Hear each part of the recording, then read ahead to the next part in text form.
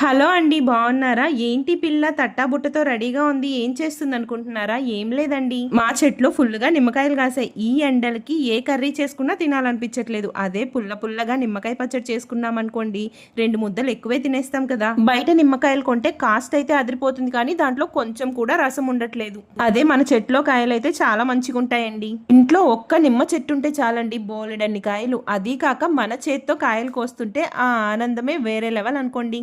కాకపోతే ఈ నిమ్మకాయలు కోసేటప్పుడు ముళ్ళు గీసుకుంటాయి, అది ఒక్కటే ప్రాబ్లం. నా హైట్కి నిమ్మకాయలు అందడం లేదు, అంతే మా వారు చెట్టు పట్టుకొని ఒక్క కుదుపు కుదిపారు.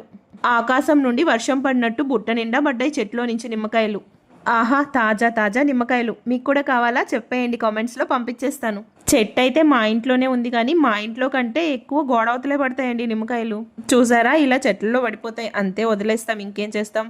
అది సరే కానీ అలా చూసి వెళ్ళిపోతే ఎలా? లైక్ చేసి సబ్స్క్రైబ్ చేసుకోండి ఫ్రెండ్స్. నెక్స్ట్ వీడియోలో కలుసుకుందాం, బాయ్.